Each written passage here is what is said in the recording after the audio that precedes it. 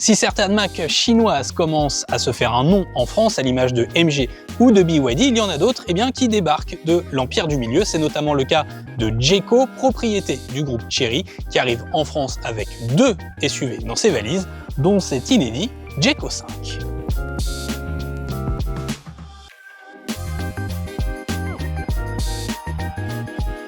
De l'extérieur, difficile de ne pas trouver un certain lien de filiation, un certain Range Rover, en particulier le Range Rover Sport, notamment quand on regarde les lignes générales de ce SUV du segment B, ou encore la signature lumineuse à l'avant comme à l'arrière, et c'est d'autant plus flagrant à l'arrière. En revanche, il se démarque un petit peu de cette inspiration britannique quand on reste sur l'immense calandre tout en verticalité. Et puis, globalement, c'est un SUV du segment B, comme je vous le disais, il mesure 4,38 m de long pour 1,86 m de large sur 1,65 m de haut. Donc, pour un véhicule de segment B, ça commence à faire et ça donne un certain cachet, une certaine stature à ce SUV chinois pour venir, pourquoi pas, grappiller des parts de marché à un certain Renault Captur et autres Peugeot 2008. Une fois sur la poupe, on va retrouver cette signature lumineuse si caractéristique des Range Rover. Alors, l'occasion toute trouvée pour évoquer le volume de coffre puisque nous sommes à l'arrière. Ce SUV chinois propose une capacité d'emport de 410 litres. Alors il faut dire qu'il est dans la moyenne de ce qui se fait sur le segment des SUV du segment B, même s'il y a mieux sur le marché. En revanche, là où il se rattrape, c'est son dessin, son coup de crayon particulièrement plat qui va faciliter l'emport de bagages et faciliter le chargement et ajouter à ça un seuil de chargement justement plutôt à bonne hauteur et ça les familles apprécieront. Sous le capot, le Jayco 5 ne donne droit qu'à une seule motorisation, une motorisation dite full hybride. Alors, dans les faits, elle est constituée d'un bloc thermique maison 1,5 litre turbo, 4 cylindres du groupe Chery, qui est couplé à un moteur électrique pour une puissance totale cumulée de 224 chevaux. Et à noter qu'avec une consommation en cycle mixte WLTP annoncée à seulement 5,3 litres au 100 km et avec les 51 litres du réservoir de carburant, ce Jayco promet une autonomie de 900 km. Alors attention toutefois, les chiffres sont encore en cours d'homologation, donc à prendre avec des pincettes, mais ça laisse plus ou moins présager un joli rayon d'action avec ce SUV. Une fois à bord, on découvre un véhicule qui joue là encore la carte de l'élégance et du premium avec une inspiration directe là encore au constructeur britannique Range Rover. Et le moins que l'on puisse dire, c'est qu'on est quand même agréablement surpris une fois que l'on prend place à bord de ce SUV chinois. Pourquoi ? Parce qu'on a quand même une qualité perçue, une qualité de finition et d'assemblage au rendez-vous, c'est assez qualitatif. On a des plastiques moussés sur la partie supérieure de l'habitacle, que ce soit dans les contreportes, sur la console centrale.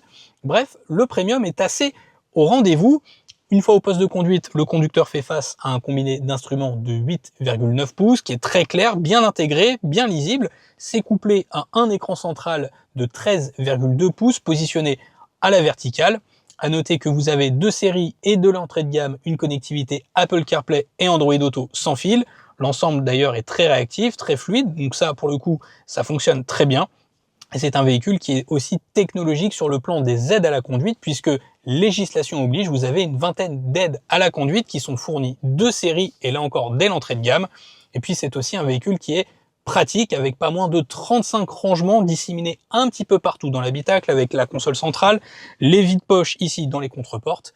Et puis vous avez aussi une sellerie en cuir synthétique qui offre une assise avec des sièges chauffants, ventilés. Donc on s'y sent bien dans ce Jayco 5. Est-ce qu'aux places arrière c'est la même chose? On va aller y faire un tour. Une fois aux places arrière, est-ce qu'on ressent les bienfaits d'un empattement de 2,62 m? La réponse est oui, puisque avec un siège réglé pour moi qui mesure quasiment 1,80 m, je dois constater que je me sens à l'aise. On a de la place à l'arrière. Alors on regrettera peut-être une assise un peu trop basse qui va manquer de maintien au niveau des cuisses, mais globalement, on s'y sent bien. On a des caves à pied suffisamment profondes, de l'espace aux genoux, une garde de toit qui est plus que satisfaisante, et puis avec cet immense toit panoramique de notre version haut de gamme, on a ce sentiment de luminosité, d'espace à bord qui vient exacerber le tout.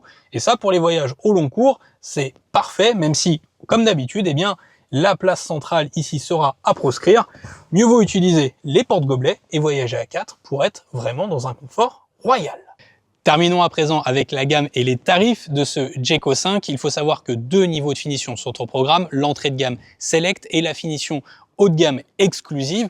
Alors il est encore trop tôt pour parler de quelconque tarif français officiel. Sachez juste, pour vous donner un premier ordre d'idée, eh bien que ce Jayco 5 est commercialisé 25 800 € outre-Manche. Alors attention, il s'agit là de la version purement thermique. Pour notre modèle électrifié aujourd'hui présenté et destiné au marché français, il faut tabler plus volontiers sur un prix aux alentours des 30-35 000 €.